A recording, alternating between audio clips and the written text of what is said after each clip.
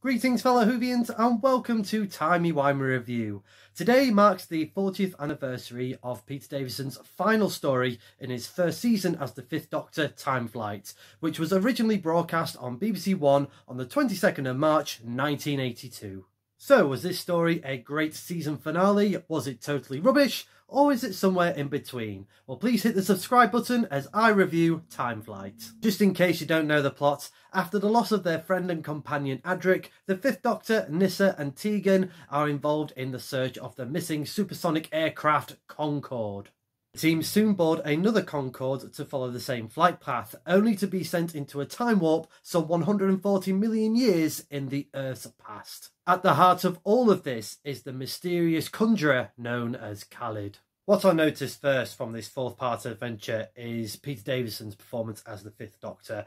Obviously it's the final story of his first season as the Fifth Doctor, and he really comes to his own, really. He's really brought this character to life. If you compare to his performances in Castrovalva and Four to Doomsday, here he just nails it as the Fifth Doctor, to the point where really if it's like a weaker story such as this one, and when you can see in subsequent stories such as Warriors of the Deep, if he doesn't bring the believability into this story, the whole structure just falls apart. I also liked the Doctor with Professor Hayter. I thought their interactions were really good. They're kind of both going for the same goal, but both had different sort of scientific views.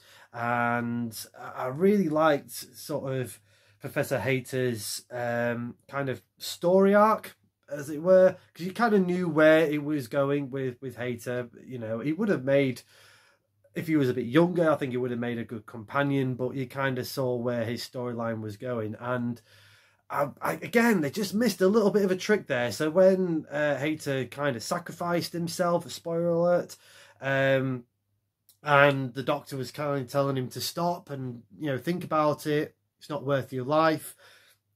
It would have been really good if the Fifth Doctor went, "Believe me, I know," as a little wink and a nod to kind of what happened to the Third Doctor in Planet of the Spiders, because at the end of the day his curiosity was his downfall, and that kind of brought on his regeneration. So to kind of throw that in would have been a little bit of a nice icing on the cake for me. I have to say the same with Anthony Ainley's performance as the Master. Again, he really brings it his own flavour. Very distinctive, and you can just tell that Anthony really enjoys being the Master. He just sends it up completely. I do feel he has a few limitations if you compared it to the great Roger Delgado, for example. I feel that probably John Nathan Turner or the directors or the script editor was kind of like, do that, like what Roger did, but in a more 80s melodramatic way. But I do like that they kind of brought the Master of Disguise type of thing. And again, a little bit of a throwback to what Delgado was doing and that version of the Master when they were stuck on Earth battling the Third Doctor. I quite like that they were bringing in the more sort of disguised costumes in the Peter Davison Master standoff that we keep getting in subsequent adventures and past adventures. But yeah, Khalid is a different story. Not the greatest idea for a disguise. Being this Asian man, I don't know. It just looks really dated. Like the weird melting goo going off, that was pretty good. Like the world's worst cold was going off. So if they wanted to put some Kleenex as a product placement, that would have been good. But yeah, Anthony Ainley as a Master, fantastic. Khalid, not so much. Nyssa and Tegan had a bit to do in this story as well, and I really liked the scene where they were going into the heart of the power source for Khalid, and they were getting like roadblocks put into them, like projections. First one being Adric, and sort of like they were all illusions. So I quite like the little returning cameo of Matthew Waterhouse. And speaking about that brief cameo appearance of Adric, this is kind of like the start of the downfall for Time Flight, unfortunately. I like that the Doctor, Nyssa, Tegan, they have that discussion at the beginning of the story over Adric's loss, and you know, we could go back in time and rescue him, and the Doctor's like, no, it's all fixed point. And yeah, you can see that they're tormented by the loss of Adric, but then in the next breath, it's kind of like, oh, well, let's move on. Let's have some fun in Lords or the Great Exhibition and things like that. And yeah, apart from that little cameo appearance in part 2, not really referenced ever again.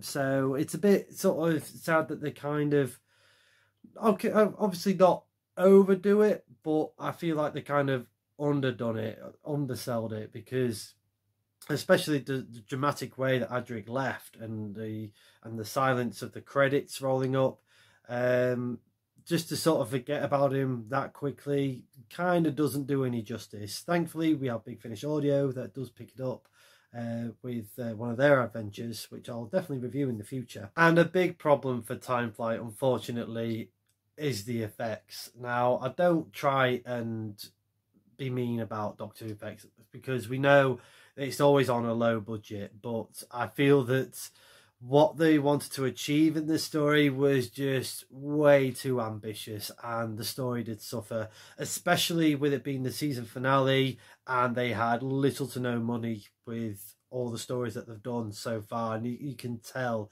that this probably had one of the least amounts of money been spent on when you compare it to, say, Earthshock or The Visitation. The footage that they got from British Airways for Concorde, that was quite good. That worked quite well. But the green screen, oh gosh, yeah, that was, again, too ambitious.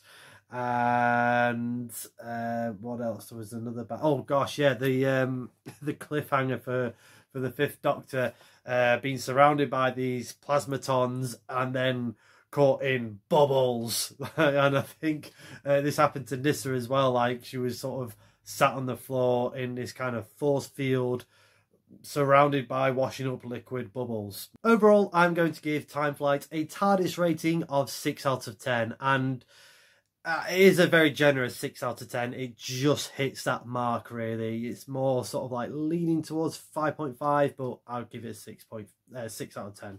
It's just too ambitious for its own good in terms of the effects. I'm really surprised that when it got re-released on Blu-ray that they didn't do any sort of changes to the effects, or maybe that would have been, again, just too much money to try and fix.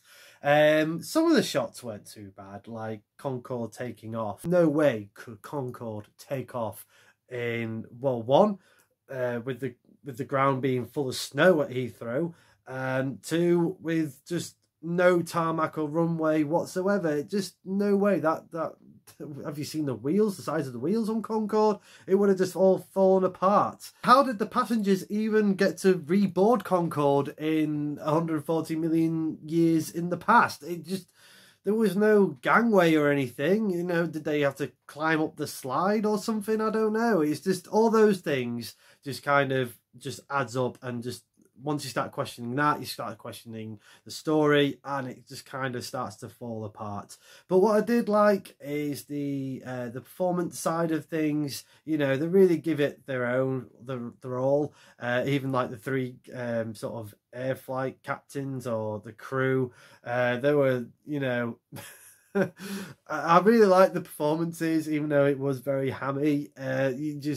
You can't really see him as like captain of Concorde. What I did do as part of this review is watch or listen to the audio commentary, which I haven't really done with many Doctor Who stories. I thought I'll just give it a bash and see how it goes. And I think that's probably the best way to watch Time Flight, is just have fun with it. You know, have a few friends round, take the mick out of all the little goofy sort of bad effects and stuff, but you know, in a more light-hearted way. I think that's the best way to enjoy the story, like Janet, Sarah and Peter did in the audio commentary. Let me know in the comments below your thoughts to Time Flight. Where would you put this story in the Fifth Doctor era? Is it good, is it bad, or is it somewhere in between? Next time on Timey Wimey Review, I will be reviewing the Sarah Jane Adventure final story that was broadcast on TV, The Man Who Never Was. But until then, thank you very much for watching. I hope you've enjoyed this review. Please like the video, share the video, subscribe to the channel, and hit that cloister bell for more notifications. But as the good doctor once said, magic? Arabia? Oh, come on, you can do better than that.